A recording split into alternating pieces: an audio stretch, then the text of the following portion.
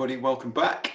Right, well, I can't quite believe this. This is our penultimate session, so the day is absolutely flown past. I'd like to introduce Brad Gallup next. Brad worked with Bill, Judy, a fellow, myself on the Missing Link for Veterans. So I feel like I've known him for a long time, but we've never actually physically met. But I'd like to say that we're friends, which is a wonderful thing, and something really quite exciting about the way this community works and pulls together. But I won't steal any of Brad's thunder. He's been doing some amazing things with all kinds of organizations. So I will hand over to you now, sir. Thank you, Dave. Honor and a privilege to be here today. I've recently moved from Northern California to Ohio, Southern Ohio, and but right here I'm talking to you, I'm not in Southern Ohio. I'm in Eldora, Colorado, at 10,000 feet, in my friend's beautiful cabin, and I'm taking a little rest after almost 2 years of work straight. Give myself 5 days here. So, but I'm very honored and privileged to be here, especially with Bill and Judy, who they're big mentors to me. And of course with Dave and Fair and the work we did with on putting together the readings on the Missing Link, which I have to say is one of the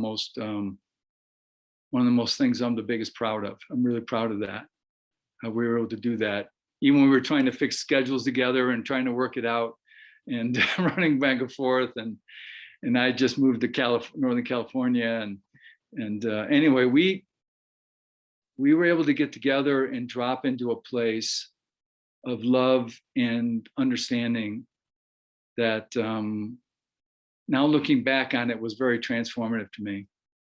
It has really shown up kind of now in the work that I'm doing. So with that being said, I'm just going to give you a little history. And number one, I want to say up front, Rob Cook is a hard act to follow, okay? I'm just putting out my disclaimer there.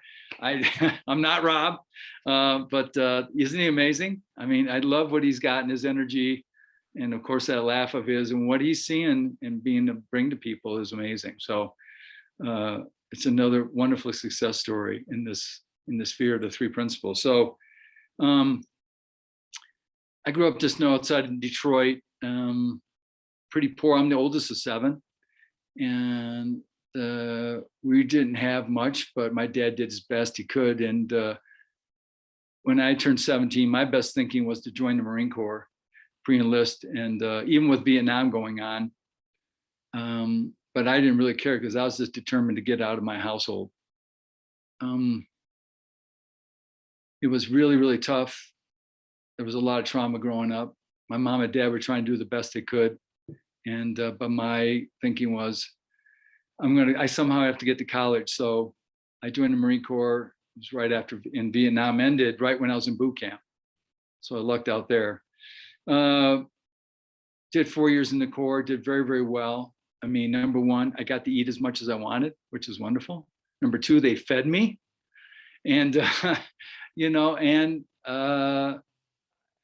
and it was pretty great. But after 4 years, I was a diesel mechanic. I wanted to go to aircraft maintenance. They wouldn't let me. So I said, fine. I got out and I went and used the GI Bill and got my bachelor's in Northern Michigan.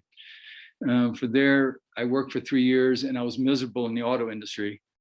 And I had a friend of mine who I used to run with. He said, hey, why don't you come back in the military? I was 29. He said, I said, well, I'll come back in the Corps. He said, the Corps is really tight right now, and whatever the needs of the Corps is, that's what you're going to do. So I said, okay. I always wanted aircraft maintenance, so I said I'll go to the Air Force, which I did. That was '85. They took me in, and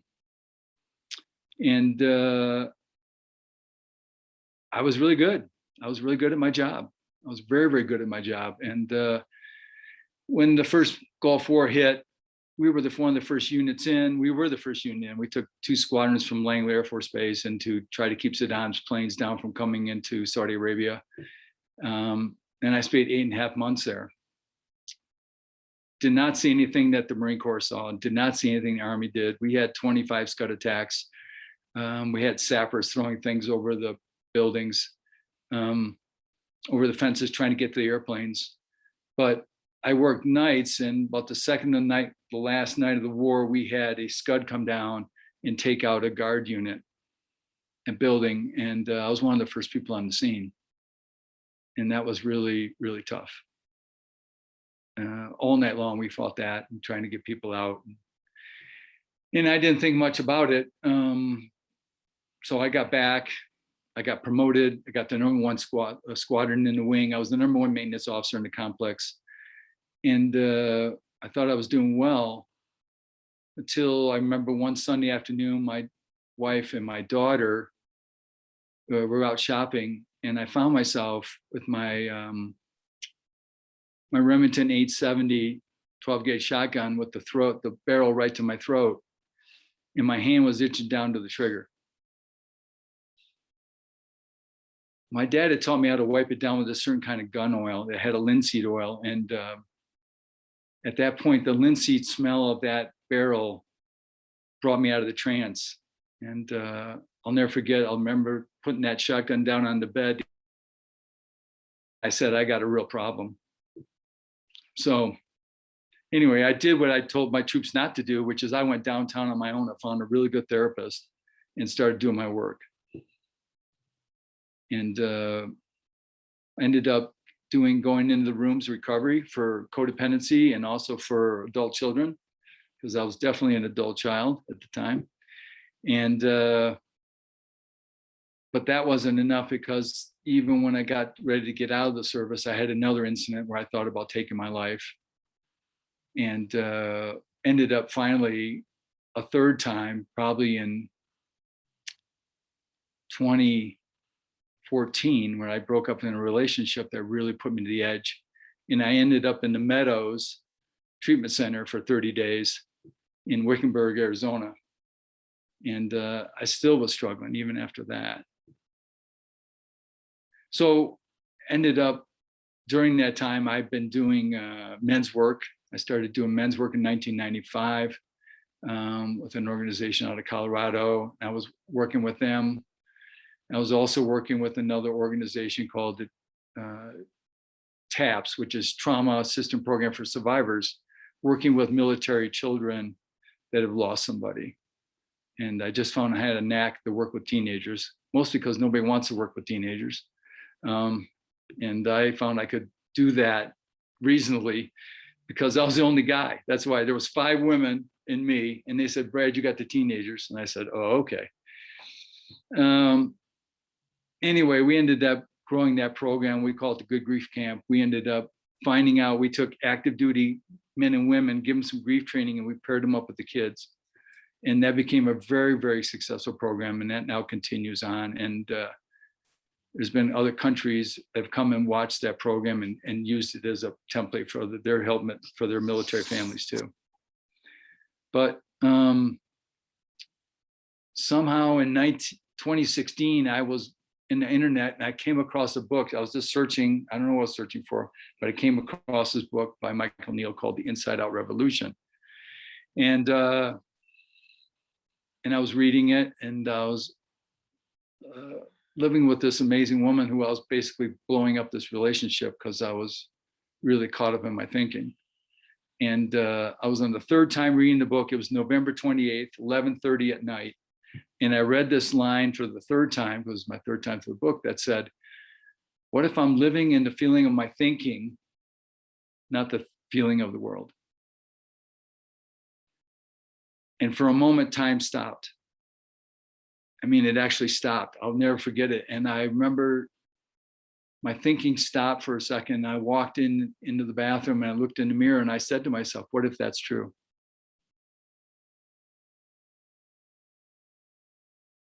And my life has never been the same since then. Thank goodness. In 2017, I reached out. There was a conference that was going on in Los Angeles at the time for 3 principals, and I went to that conference. And I came early the day before, and one of the first speakers was Bill Pettit and his wife, Linda. And I'll never forget, I sat down in that room. It had already started, and I just started listening to Bill talk.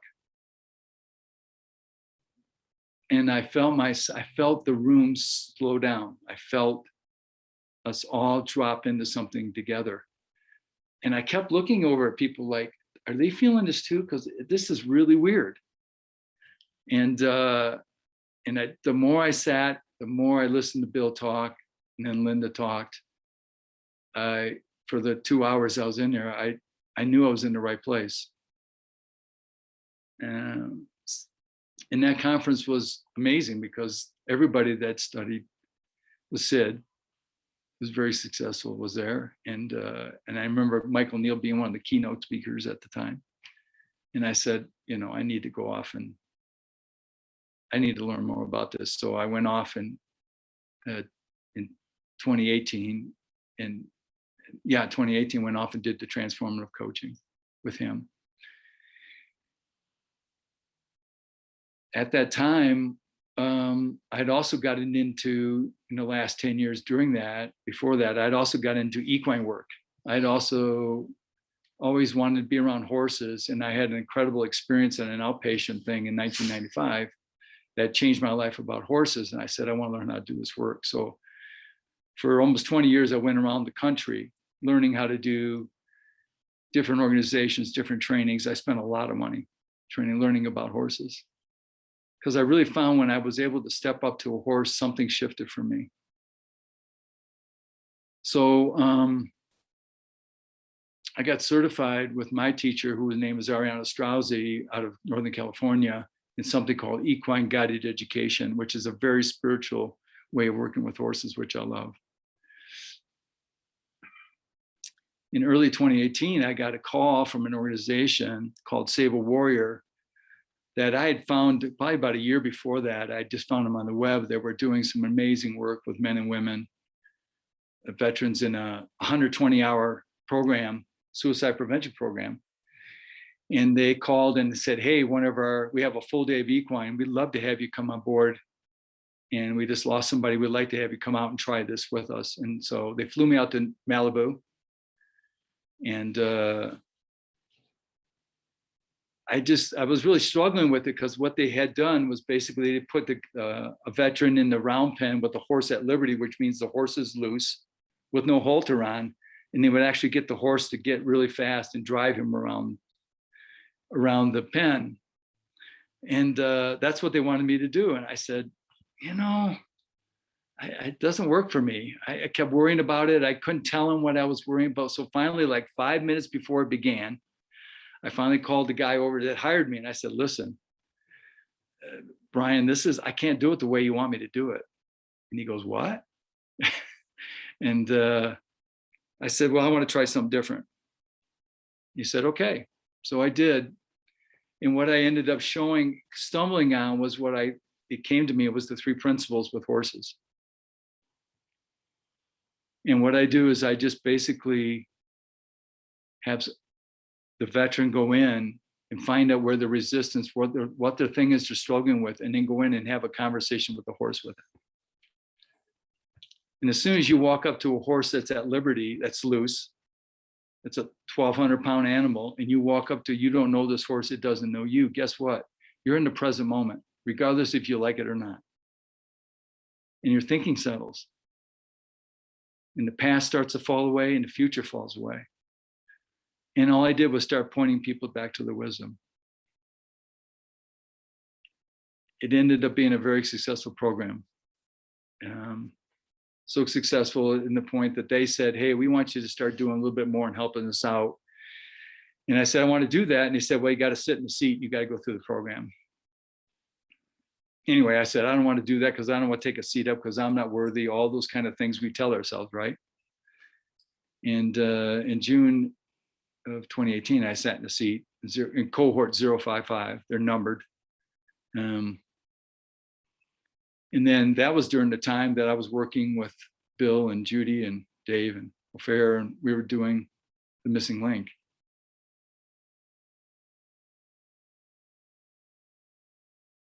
And I knew that after seeing how the program worked, I knew there's places where I could plug this understanding in there without saying it was 3 principles.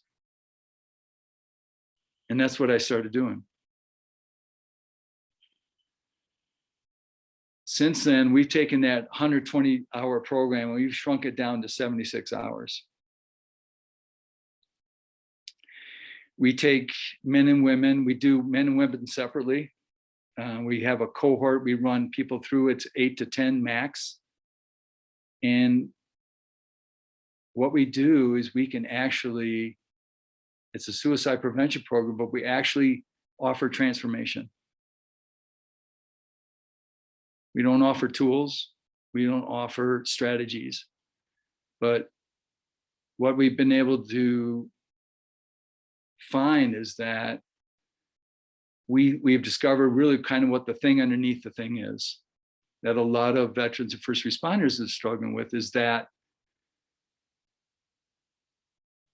partly what's going on is that they've got high numbers of, they've got a lot of developmental trauma that they don't know they have from childhood, those first 18 years. And we pull that apart in a unique way through ritual and storytelling. And then we go after the moral injury, which is collapsed over the top of it, which gives you complex PTS. And we've been very, very successful in the last, it's been going on for 9.5 years. We've got over 1,600 alumni. We've only lost 4 to suicide afterwards, after they've been through the program. And we've got a huge increase in the first responder arena with firefighters and police officers, EMTs, dispatchers, and medical for emergency.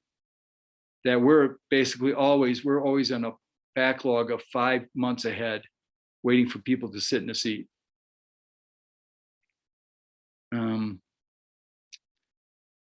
But I've just been able to be a guide to help out with the program about being able to let people know that they're not having thinking has them.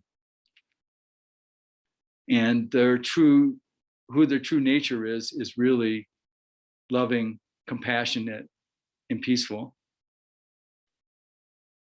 And they're only one thought away from getting an insight that can change their lives. So I'm really excited where we've been able to take the program and what they don't know, including Jay Clark, the founder of Save a Warrior. I've told him about 3 principles. I've even given him the Inside Out book. He's a credible reader. The guy's amazing, the guy that founded it. And he said, yeah, this is pretty interesting, and kind of put it aside. And I said, well, now he knows about it. And so when I get called out on it, I again, I'm good to go. So I also offer coaching for alumni. And what I do is I offer books for them to read. And of course, I offer up first The Missing Link. And then I offer out The Inside Out Revolution. And I also offer out Coming Home from Natasha Renoff and Dick and Bettinger. And people seem to really start to see things. So it's very exciting what we got going on right now with Save a Warrior. We just got given to us a year ago 325 acres in southern Ohio. That includes a 22-acre quarry lake and a 14,000 square foot lodge by a benefactor from up in Cleveland, Ohio. That's been his success over the last 40 years, has been to give half of his income away to organizations. So he gave us this $10 million property and gave us another $3 million donation, which we're building a National Center for Excellence for Complex PTS. And the building is 2/3 done. It'll be done next June. And we're also building 2 $1.5 million dormitories to be able to house people to be part of this program. Because once we open it in June, we know a lot of people are going to show up and really be on the people's maps.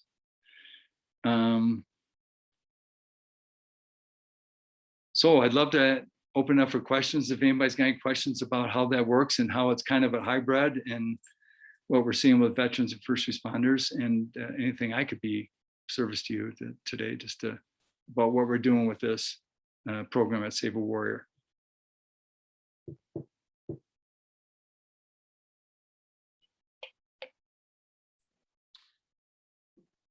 Brad, you mentioned the fact that it is hybrid. Are you the only part of the Save a Warrior program, I suppose, that is coming at this from a principal's perspective? And if so, how do you see that? How do you see your colleagues potentially developing, to follow your lead in a way, or do you think you're going to be it for the moment? That's a great question, Dave. Thank you. Yeah, I am the only one. We use a lot of landmark form languaging to be able to help people start to pull things apart. We've got probably 15 different practices of disciplines that are woven into the Save a Warrior experience. Yeah, I've been able to really point continuously, especially back to the founder and creator of it, Jay Clark, and to the board through the work that I do, because I'm the elder, believe it or not, in that organization. And so there's a little bit of, they give me a little leeway on that I normally wouldn't have. But yeah, I really keep pointing it back to this thing about really the thing that we can work for is the awareness, which is really consciousness. That's kind of the doorway that works really well with the system that we've already got in place, because we use something called the Richard Schwartz system, where he talks about there's 4 different parts you walk into a room with: your manager, your firefighter, your exile, and your true self. And we let them know about that, and then see the true self is where I can always come in with the understanding all the time. And also working with the exile, because that's the one that's got all the receipts. So when the stories get told, and basically when I'm working with one of the veterans or the first responders, they're in their tears, they're in their sadness, they're going back to the memory, and I go, I'm really sorry that happened to you, and at the same time, I want you to hear from me, you're not broken. And there's a part of you that really is whole, perfect, and connected to everything. And that becomes the mantra of my doorway, where I just keep pointing to them who their true nature really is. And after a while, it's kind of woven itself into the system now, into the work we do in the 76-hour experience, that the true self is becoming more and more prevalent through the understanding that we're pointing to awareness or consciousness, and that they're really not broken. They just got a story, right? And they've just got that story on top of their thinking, and it's got them stuck. So thanks. I hope that answers that, Dave. That's helpful. Wonderful. Anyone else I could help with? Give her any, yes, Linda.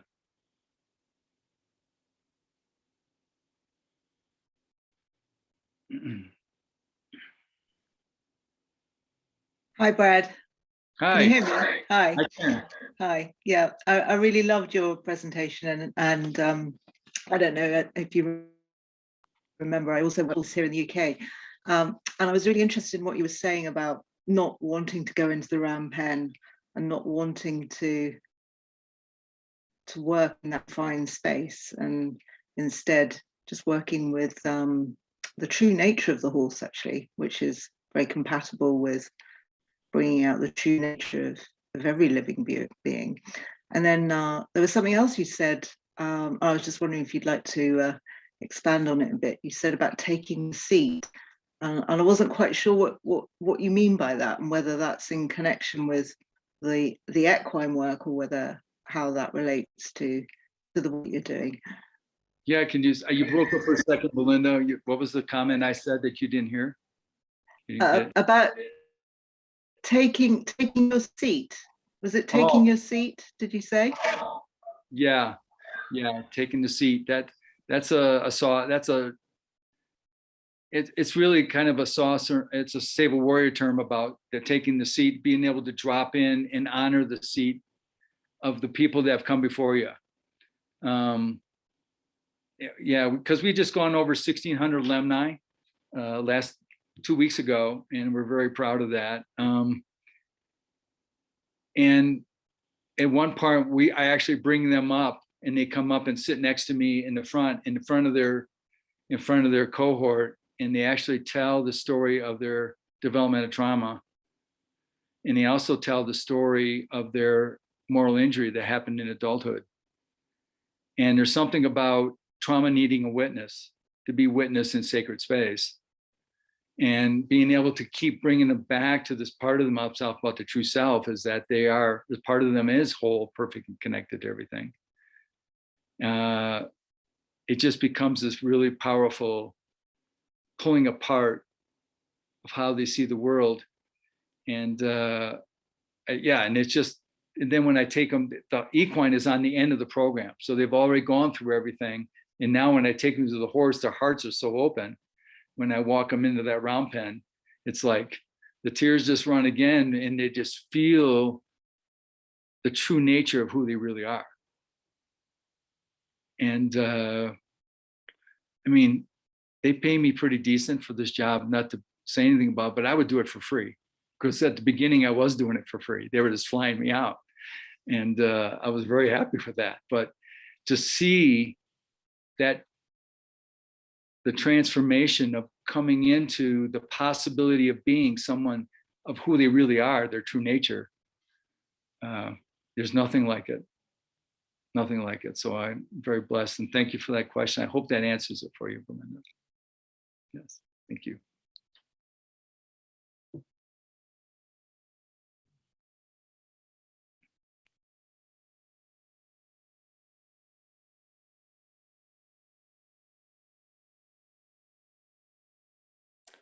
Are there any other questions for Brad at the moment? I'm just reading one that's been sent to me. I just want to clarify something on it before I ask it. So, if anyone's got anything else, that'd be great. Okay. Thank you, Jocelyn. Hi, I'm really interested in what you're doing, and I wondered if you would expand a bit on how the horse fits into it.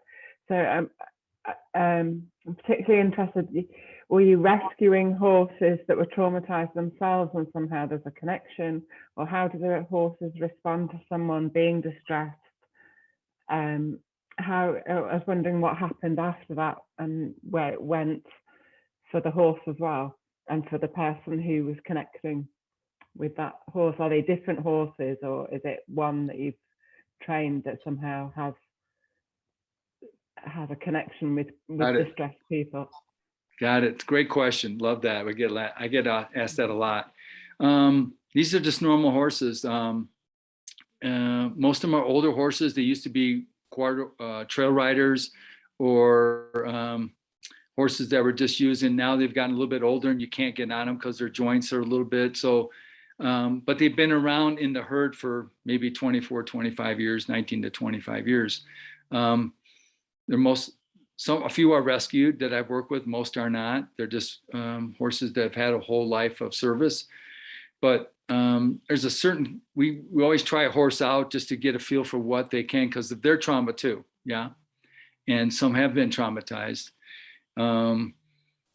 But what really, horses, because they're part of a herd animal, they develop this understanding about the herd is the only way they survive, because they're a prey animal. Everything preys on horses. They don't prey on anything. So we're predators to them. So horses, because of their energy and being able to sense where people are at, they don't care what kind of mask on that you got on. They'll read you in a heartbeat. And they know whether or not you're safe enough to be in the herd with them, in which we call kind of a connection or a join up. I've had horses where they've worked great for 3 or 4 people. And then I took somebody in that was really looked like they're all put together, but inside were very angry. And I've had horses chase people out occasionally just because they felt it wasn't safe, and they're trying to push this person or this energy out of the round pen. So you got to be right on your game and be really looking all the time to see what's really going on underneath the thing. But as far as the connection, what happens once somebody gets vulnerable, then everything changes. Once they come out of their story and really tell the truth of where they're at, the horse gets very curious and comes right up and wants to join in and allows that person to be part of the herd. And it's a very powerful thing, especially to witness it, because I've had men and women drop right to their knees and then drop to their face down into the dirt with their grief, and the horse just come up and just stand and witness them. If you had them come up and they use their mouths, because horses use their mouth like we use fingers, and they actually would work the top of somebody's head where it was grieving, laying in the sand. And it's transformational. It's a very powerful experience. So we're very blessed that we have that in the SAW experience, and it's something that I do as a follow-on, working with SAW alumni. If they want to take a deeper dive, I do that work with them also too. Does that help answer your question? Thank you for it. I really appreciate you. Anybody else? I've got a question that probably for both of us, but I'm going to let you have the first stab at it, Brad. So the question is about someone being drawn to the conversation. They've not been involved in this before at all. They've not heard of the principles or the direction we're pointing in, but they are drawn to wanting to help others that are in distress, but feeling that they're a bit of a fraud because they haven't had any mental health problems themselves. So the question is, I suppose, how can someone who's not walked the walk help someone that's struggling? So if you want to have the first bite at that. Yeah, I'll take the first bite and I'll let you clean it up. I'm sure you'll do a great job. You know, it's kind of like Rob said. I think there's something about if there's a true sense of them wanting to see that they want to help people with their suffering, but also at the same point, are they trying to do a kind of a spiritual bypass to go over and be of service to people without helping to heal themselves first to really see it? Then they're really kind of stuck in a way that doesn't work for them to be of service in that way. So I keep just asking them, I'm just really curious about can you really see that who you truly are is whole, perfect, and connected to everything, and that you're just love? You know, and because it's one of the things we do at SAW, because when I'm running a cohort, within the first 5 minutes, I tell them, men and women in the seat, I tell them, you got to get this, that we love you. We loved you as soon as we found your name came on the sheet that you were going to be in this cohort. We started loving on you. And you got to know that you're worthy of love just because you breathe and because you're in that seat. And that really starts to pull things apart. So I guess, Dave, what I'm trying to say is it's like, I believe that people can be of service if they're willing to can really see what's really happening around them and really see that who they really are. And I believe that, yeah, I know there's a credibility thing about veterans working with veterans and doing that kind of thing, and whether or not people that have service that haven't had that background could be of service to veterans and first responders. And I say yes. If they're coming from the place of the principles, because it blows everything else apart. I think if they're talking with their heart and being vulnerable and telling what it's done for them, I think people can hear that in most cases. So I'll turn it over to you. I'd love to hear what you have to say. No, that's cool. Thank you. I completely agree. You know, just like you're introducing people that are struggling to another being that doesn't understand the language that they're using verbally, that connection between horse and person is spiritual, and is a thing that's felt. And that's what we're talking to here. It's the ability for humans to connect one to another, and you don't have to have the experience that someone else has had for that to be beneficial to them. And to flip the analogy on its head completely and go in the other direction, it's a bit like saying that if you come across a physical casualty, that you can't heal the wounds or help heal the wounds that they've got because you haven't had that injury yourself. Well, logically, that doesn't make any sense. Yep. As human beings, and coming from the space where we know, where we feel, we're not asking anybody else to believe us or not, but where we believe ourselves that everybody on this planet is whole, isn't broken, and is pure, pure love and connection. Well, just showing up from that space can shift the dynamic. And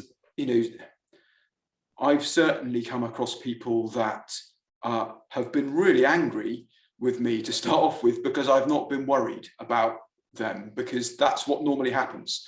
They tell their story and people get worried about them. I said, it's not that I don't care, it's just that I know that worry isn't going to help you or me in this situation. And let's just be a little bit curious and see where this conversation goes, see how that develops. And they start to see a little bit of truth in that. And it's when little glimmers of truth start dropping that people slow down a little bit more and get a little bit more curious, and their vision broadens.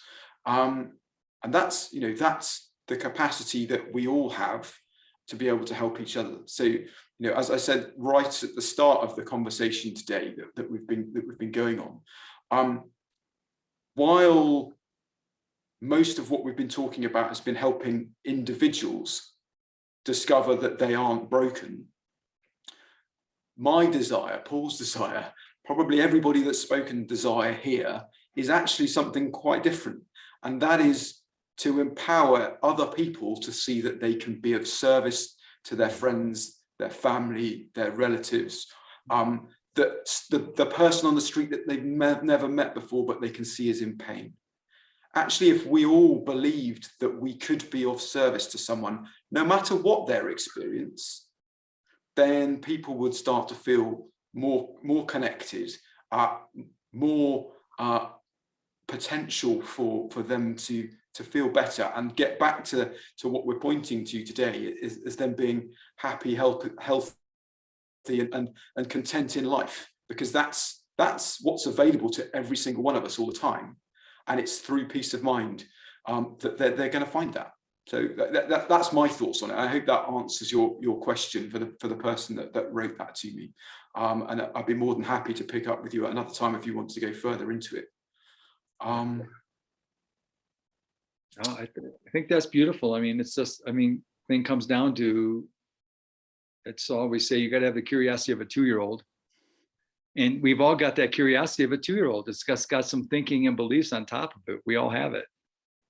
And, the other thing that always works, it's beautiful, is that what works for transformation is hope and inspiration. And being able to, there's something about presence, yeah? That's something about when we really come from this place where we're allowing consciousness and source to guide us, we become that channel, and all of a sudden something comes through us that we were trying to think it wouldn't go anywhere, where that wisdom starts to flow. And that's my hope. That's my hope for this work.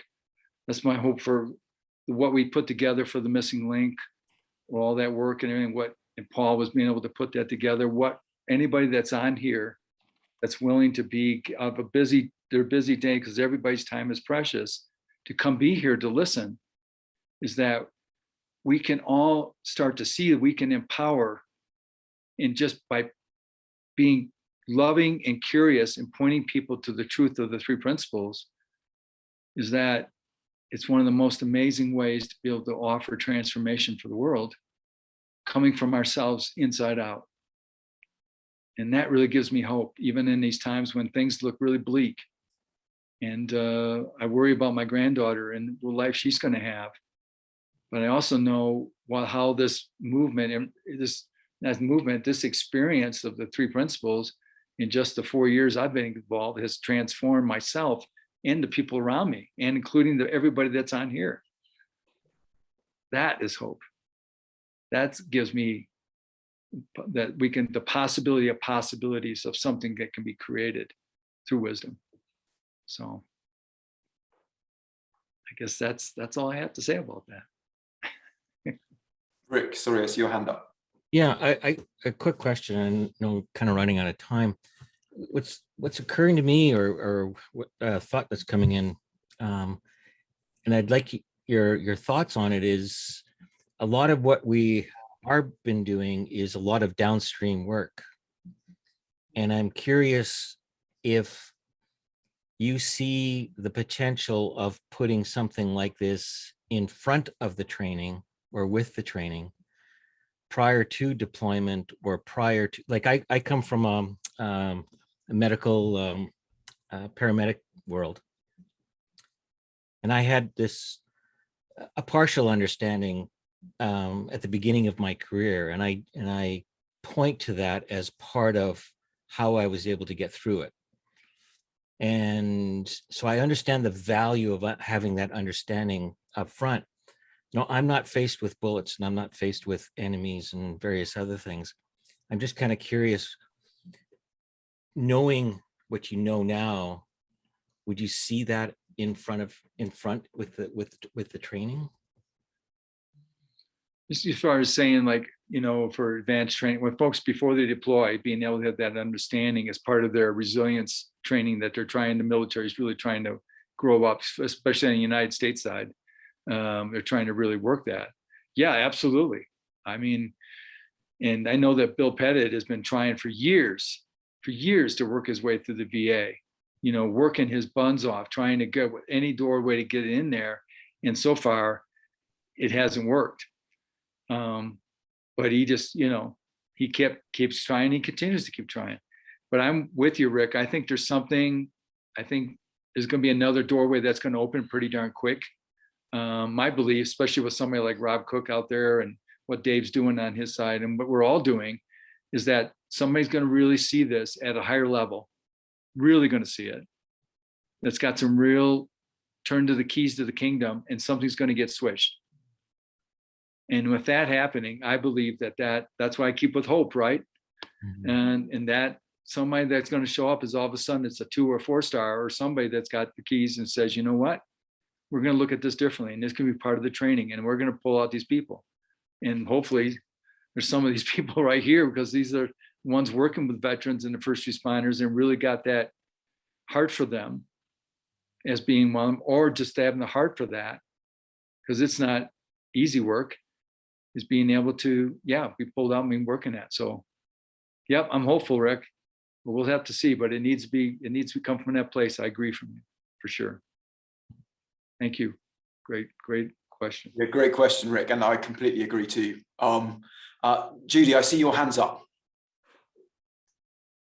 You're on mute, Judy.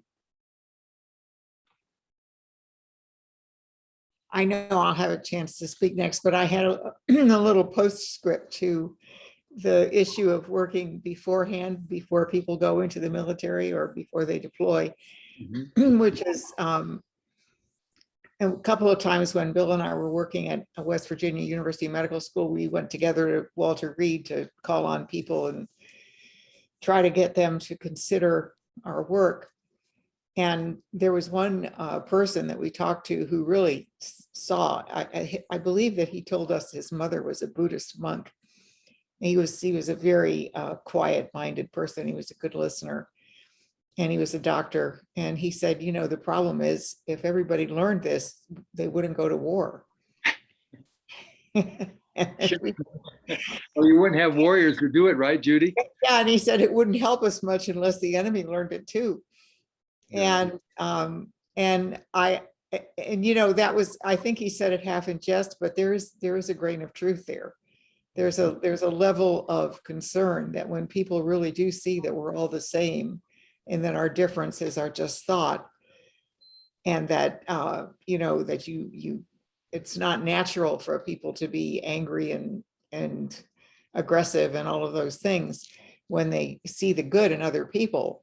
it would probably have an effect on the readiness of people in the military, you know. And I mean, it's a paradoxical thing. And I think that's one of the reasons why I'm really happy that this understanding is spreading throughout the world in many, many countries, some of which are not our friends. Because I think that over time, that's how mankind will change. You know, people will transcend the need to fight to settle things. But I mean, that's a big future dream. It's not it's not anywhere near reality. But I think some of the resistance is in that you feel in doing this, you know, as a general thing across the military, is the fear that people would lose the, you know, that they would lose something of their enthusiasm for the idea of war, even though it might be necessary. So that's just a comment that was made, and I thought I would throw that into the mix. I appreciate you, Judy. I appreciate your expertise and your wisdom. And I think there's real something to be said for that too. And Yeah. And not going to say from my perspective, if I'd had the understanding, I just know for me to be able to do my work, because I was living at such a high level of anxiety, I was working from there. Mm-hmm. And I thought that made me a really good maintenance officer. It was really killing me. Yeah. You know, so to be able to have that, yeah, I just know that. Like Rob talking about, they really channeled his aggression. Now you can say that's good because he was channeled in a positive. Right. Way. But you know, the question is aggression good for you? You know, that's the deeper question. Yeah. Anyway, sorry. Yeah. No, thank you, Judy. I always love hearing your wisdom. Thank you for it. Sure. Well, I think that's probably a good place to draw stumps for this one. So, Brad, thank you so much again, especially as you know you're in the middle of a break, and we've managed to drag you out of that. So, thank you so much for giving us the time and your thoughts today. We will meet back for our scarily last one. I can't believe it's our last session coming up with Judy on the hour. So we'll see you all again in 13 minutes.